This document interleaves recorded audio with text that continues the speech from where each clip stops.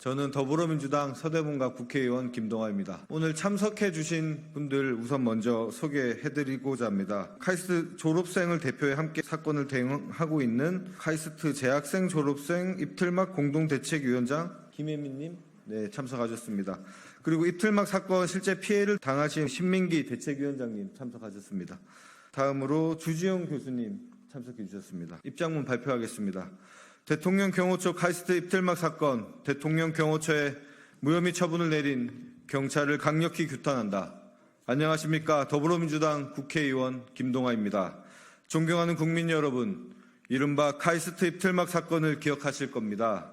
올해 2월 카이스트의 졸업식에서 한 졸업생이 대통령의 무자비한 R&D 예산 삭감에 항의하자 졸업생 복장을 하고 잠복해 있던 대통령 경호처 직원들이 때로 몰려와 입을 틀어막고 행사장 바깥으로 끌어내 별실에 감금한 일이 있었습니다. 윤석열 대통령이 우리 국민을 어떻게 생각하고 대하는지 아주 적나라하게 드러난 경악스러운 사건이었습니다. 이는 국가 권력이 국민의 언론의 자유를 봉쇄하고 인신을 함부로 다룬 국가적 폭력 사태였다고 할 것입니다. 저는 당시 이 사건 카이스트 피해자 학생 측의 담당 변호사로서 카이스트 학생들과 함께 김용현 대통령 경호처장을 비롯해 성명불상의 대통령 경호처 직원들을 대통령 경호법 위반죄, 불법 체포죄, 감금죄, 폭행죄 등으로 고발한 바 있습니다. 그런데 지난달 말 서울 용산경찰서는 조용히 대통령 경호처에 무혐의 처분을 내렸습니다. 당시 온 국민들이 경악했던 대통령 경호처 직원들의 행동은 대통령 경호법상으로 정당하며 피해자의 행위는 충분히 위험하고 대통령 경호처가 사법경찰권 행사에 현행범으로 체포한 것 역시 정당하다고 판단하였습니다. 그러나 피해자는 어떠한 흉기도 소지하지 않았고 대통령에게 위해를 가할 가능성이 원천 봉쇄된 상황이었습니다. 대통령과 20여 미터 떨어진 곳에서 단지 피켓 하나만을 소지한 피해자가 도대체 어떤 위험이 있었다는 것인지 묻지 않을 수가 없습니다. 피해자의 큰 소리가 대통령에게 어떻게 위험이 될 수가 있었는지 묻지 않을 수도 없습니다. 한편 피해자는 사건 당일 업무방해 혐의로 불법적으로 체포를 당했습니다.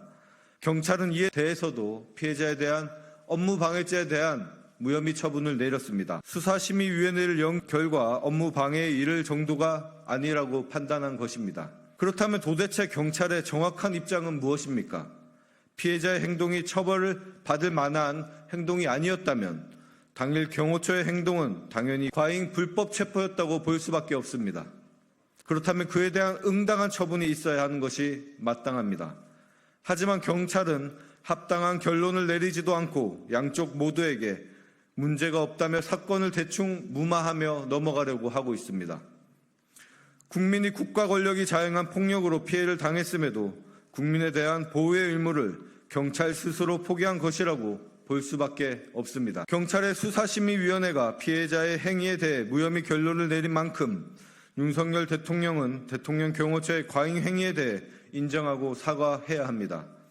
또한 다시는 국가 권력으로 국민을 억압하는 일이 없도록 재발 방지 대책을 마련해야 할 것입니다. 저는 이 사건의 출발점부터 함께한 변호사였습니다.